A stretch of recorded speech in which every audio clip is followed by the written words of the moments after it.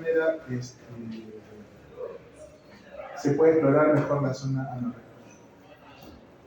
¿Qué debemos hacer en el tacto rectal? Evaluar el canal anal, evaluar si hay alguna alteración en la ampolla rectal, evaluar el tono del esfínter, pedirle al paciente primero percibir la sensación de la presión tanto en reposo como en la posición, por contracción. Pedirle al paciente que contraiga el esfínter anal y percibir eso. Ver la superficie, buscar ulceraciones, buscar masas y además ver abrumamientos, soluciones de posibilidad, etc. Esto es un anoscopio y esto es un protoscopio. Entonces, para poder hacer una evaluación, digamos, del canal anal, nos servimos de este equipo y para ver el recto nos servimos de este otro. Lo que se hace es insertar previa lubricación, pasamos la zona del canal anal y cambiamos de dirección para poder ver la ampolla rectal.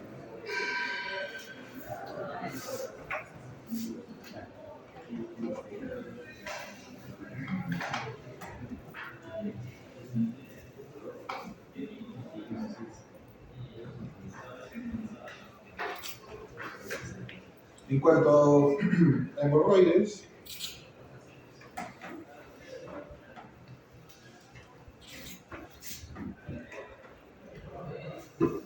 ¿a qué edad aparecen las hemorroides?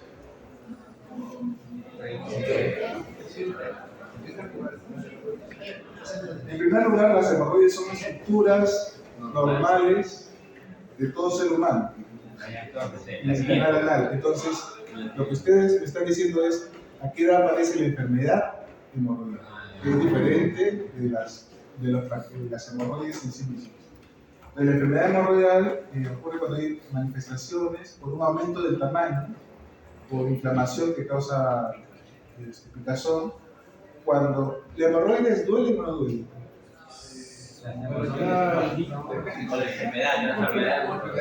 Ya, pero ¿en qué condición? ¿Qué tiene que pasar para que una hemorroide duele? Una trombosis hemorroidal. Entonces, normalmente, cuando una persona viene por dolor anal, por frecuencia hay dos cosas, ¿no? Hasta tres cosas que uno debe pensar. Uno, si la persona dice, tengo una pelotita que me duele, ¿no? Y la persona ya se tocó esa pelotita, eso puede ser una trombosis hemorroidal. La otra es que sea una fisura anal. Y por último, puede ser que tenga un tumor, un cáncer del recto del ano que esté provocando. Y sí, las hemorroides sangran regularmente, pero normalmente las hemorroides no duelen. Entonces, si hay dolor, debemos pensar en una de esas condiciones que les he dicho: fisura anal, trombosis hemorroidal, cáncer o fístulas también. Fístulas anorrectales. Aparecen entre los 20 y 30 años como enfermedad y pueden ocurrir hasta la sexta, séptima década de la vida. Son estructuras vasculares fijadas por fibras lisas y tejido colágeno. En el joven estas fibras son densas, organizadas, y a partir de los 20 años estas fibras tienden a desorganizarse, a volverse más laxas y flojas. Y como el aumento de la presión abdominal, el jugo, el embarazo, una de las complicaciones del embarazo es tener hemorroides, ¿no? La obesidad también tiene la misma característica, entonces hace que se vuelvan más laxas y flojas, ¿no? Y tienden a prolapsar además. Entonces, estas estructuras son cojinentes que ayudan se cree que su mecanismo, su función es mantener la continencia, ayudan a la continencia fecal. Entonces, estas hemorroides pueden ser internas o pueden ser externas, dependiendo de si están por encima o por debajo de la línea pequeña. Entonces, se clasifican en grados. Las de grado 1 son las que generan síntomas, puede ser sangrado o picazón, pero no colapsan con el tubo. El grado 2 son aquellas que pueden colapsar con la defecación o con el esfuerzo, pero que se reducen espontáneamente. El grado 3 son aquellas que están colapsadas, digamos, ya en el momento del examen, pero que se pueden reducir con la presión o con el dedo, ¿no? Con maniobras digitales. Y los grados 4 son ya hemorroides completamente colapsadas que ya no se reducen con ninguna manera. Y bueno, podemos tener también, todas estas son la clasificación de hemorroides internas, podemos tener externas. ¿Cuáles son los síntomas? Sangrado, asociado a defecación, picazón. Y hay que hacer digamos, para poder hacer el diagnóstico, debemos hacer primero un examen visual externo, hay que separar los glúteos. En el examen rectal me olvidaba de eso, ¿no? De mencionarles de que el paciente está en la posición maometana, debemos tener una lámpara que nos dé una buena iluminación, separar los glúteos y pedirle a la persona que haga y hacer el tacto rectal. Ahora, hay una persona que sangra cada vez que defeca, que es estreñida. Lo más probable es que sea hemorroides. ¿Para qué tendríamos que...? Es incómodo, ¿no? Para el examinador y para el examinado estar haciendo este tipo de procedimientos, este tipo de exámenes. ¿Por qué hay que hacerlo? Claro, para hacer la diferencia, el diagnóstico diferencial. Entonces, puede estar sangrando y en realidad lo que está sangrando es un cáncer, es una úlcera rectal. Entonces, un cáncer lo podemos diagnosticar inclusive a veces hasta con un dedo. Pero como nos es incómodo estar haciendo un procedimiento de este tipo, porque es vergonzoso para el paciente además también, entonces puede pasar de que olvidemos un diagnóstico. El tratamiento, la dieta, lo mismo que el estreñimiento, aumentar la fibra. Es importante que no use papel higiénico, sino que use de repente directamente agua y jabón. Para eso un bidet sería mejor. Hacer baños de asiento. Usar cremas antihemorroidales que tienen diosmina, que tienen flavonoides o herbicidas de calcio. Se pueden hacer escleroterapias parecido a lo que era la varices de esófago. O se pueden hacer ligaduras, también algo parecido, ¿no? Se coloca una liga de hemorroide y esto puede limitar el sangrado. Ahora, estos tratamientos de escleros y de ligas se pueden hacer hasta hemorroides de grado 2. Cuando son hemorroides de grado 3 o 4, ya el tratamiento debe ser una cirugía. La trombosis hemorroidal que había mencionado también. Lo mismo la broncoescopía, como les decía, separar los glúteos para poder tener una clara visión del glúteo. A veces hay fisuras y digamos en la visión, si no separa los glúteos bien, no pasa nada. Y bueno, se va a tener que hacer una colonoscopia. Por ejemplo, acá lo que está pasando es que el colonoscopio está entrando y por dentro se ha dado una vuelta y estamos viendo el canal anal desde arriba. Y tenemos que tener estos diagnósticos diferenciales, ¿no? Un cáncer del recto podría dar síntomas de sangrado que tienen que ser evaluados. Son 5 temas. No sé. Ese es el último. ¿Cuál es la causa de una fisura anal? ¿Qué sabe? Por eso. Esa es una, ya. A ver. ¿Qué otra opinión tiene? Una hiperextensión quizás del ácido. Ya. Entonces vamos a ver. ¿Ven acá la fisura? Es esto, ¿no? Claramente. Entonces esto, ¿cuáles van a ser los síntomas que van a causar la fisura? Dolor, sangrado.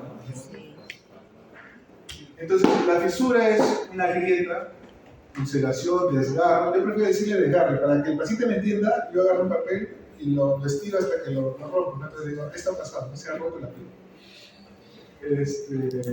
Una solución de continuidad entre la línea pequeña y el margen anal.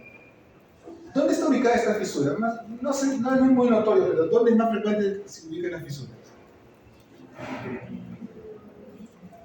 No se nota la posición del paciente, pero imagínate que el paciente está en hielo pectoral. ¿Dónde está? ¿A qué horas? Tres. Hielo pectoral. 6, ¿no es cierto? Porque el paciente está en posición momentánea así, ¿no es cierto? Entonces, digamos, la cabeza del paciente está en el otro salón, ¿no es cierto? Por decirlo así. ¿Ya? Entonces, nosotros estamos viendo al paciente y en qué posición está la 6, es decir, acá sería la parte dorsal y esta sería la parte ventral, se ubican, ¿no? Porque las piernas del paciente deberían estar para acá abajo, ¿no es cierto? Acá están las piernas del paciente. Los pómulos estarían aquí, por decirlo así.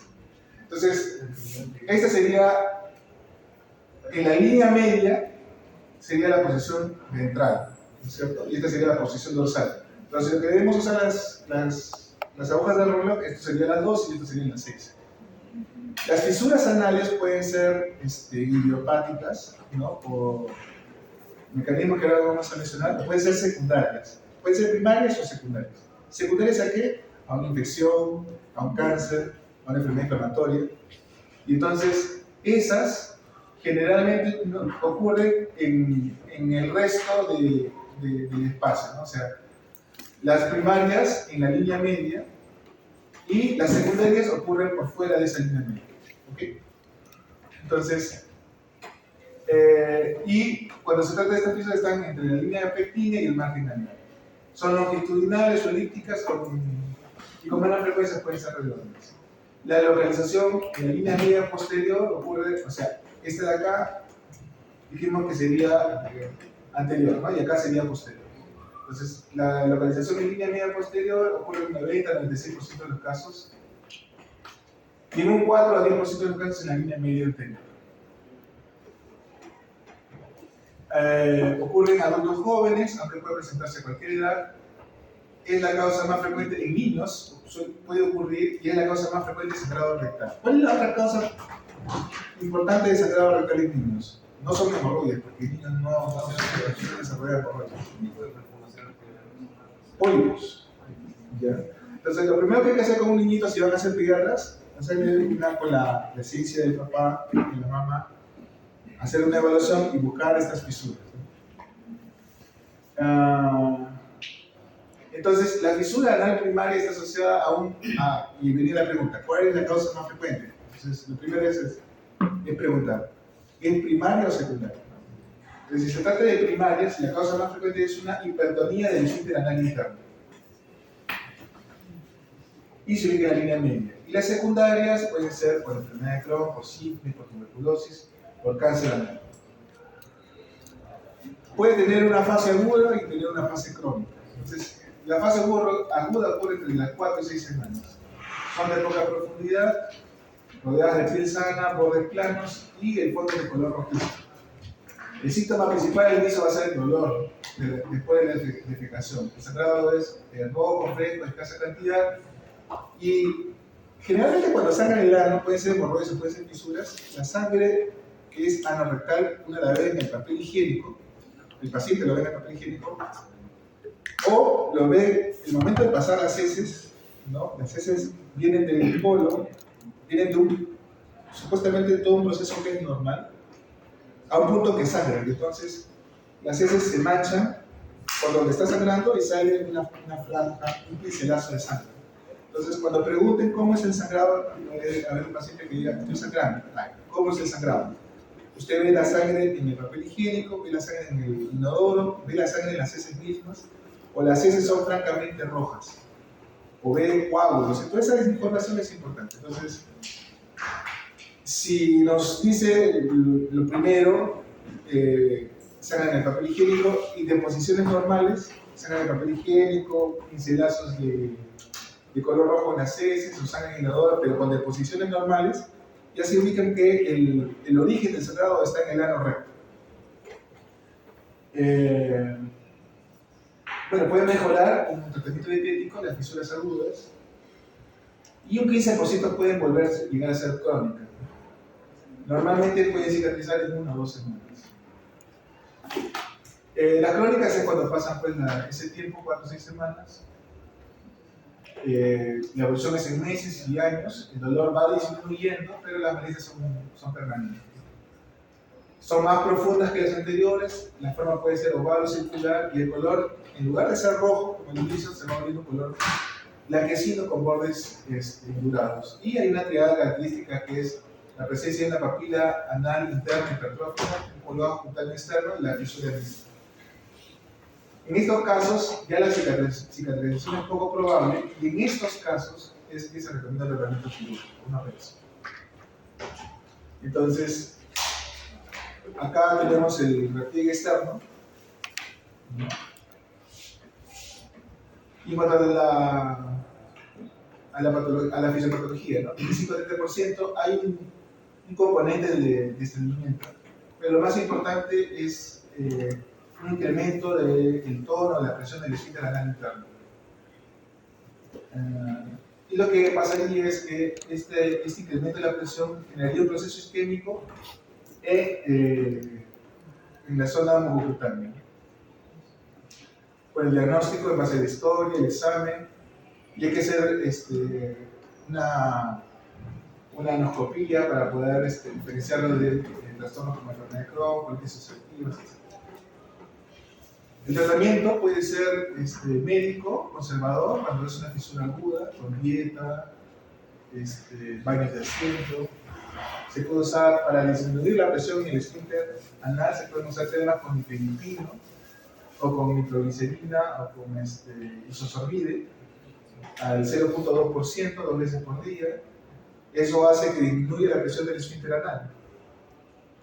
Se pueden usar toxinas botulínicas, pero finalmente cuando la enfermedad es crónica y no responde al tratamiento médico, el tratamiento va a ser una cirugía que lo que se hace es una fisurectomía, es decir, se escinde la zona de la fisura, más una esfinterotomía de la pared interna, es decir, se corta el esfínter para disminuir su presión.